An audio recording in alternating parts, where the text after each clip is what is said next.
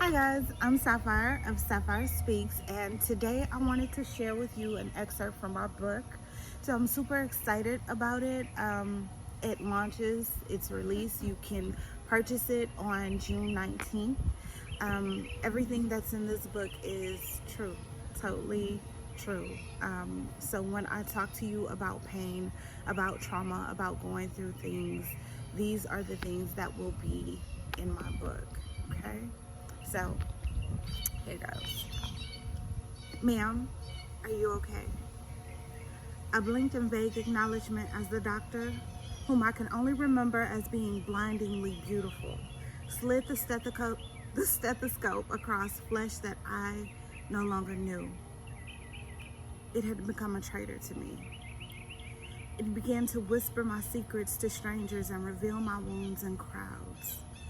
I was somehow engulfed in my emotions while simultaneously feeling absolutely nothing at all. My body had somehow become a fortress, protecting mind, thoughts, and soul, but this heart could no longer stand the pressure and would no longer participate in my lie.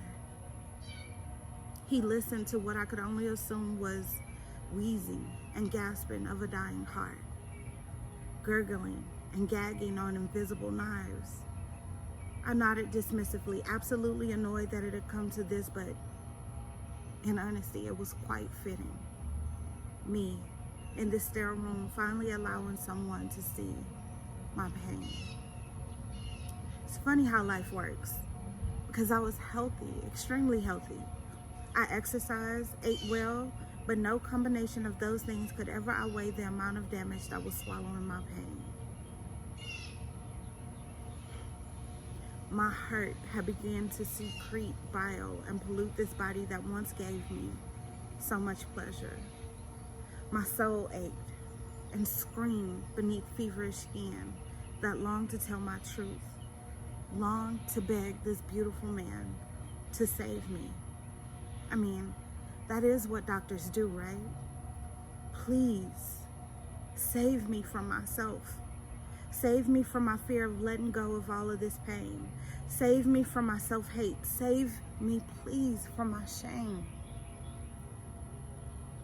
I don't know if I can take any more of this. My eyes pleaded.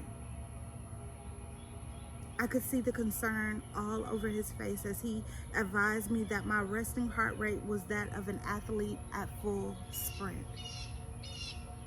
I nodded nonchalantly. I knew. I already knew.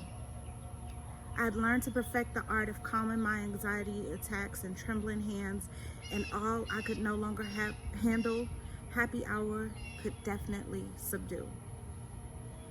His tangent about my heart being overworked and something about stress and anxiety being the leading cause didn't fall on deaf ears. It was something I knew. I knew the speech all too well. It played mercilessly in the back of my mind, and yet I was too stuck. I was too stuck to choose my own happiness.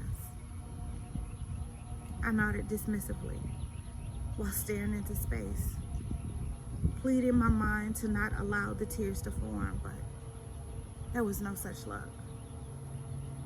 They streamed down my face like torrents of rain, revealing my soul's wounds. The sobs wrecked my body, and there was no going back. I'd been found out, and I no longer cared. I sat on his table, unable to breathe, unable to stop the cries from taking over me. I was completely ashamed of what I'd become. I was a victim. I remember this day like no other. I remember just wondering if there was a way out. I remember the pain. I remember holding in so much. I remember I was healthy. I was happy, so to speak. But I was doing happy hour way too much.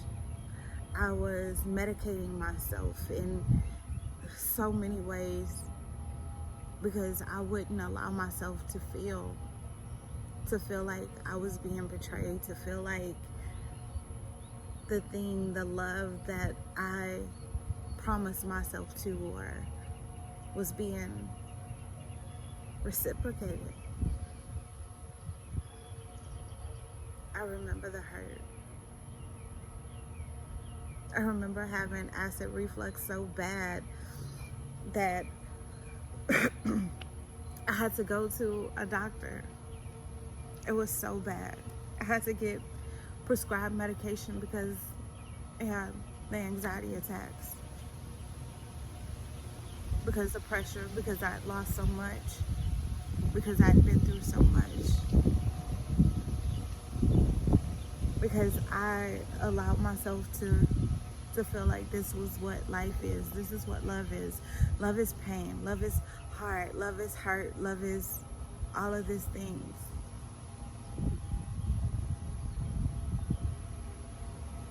So this is my story. This is my truth.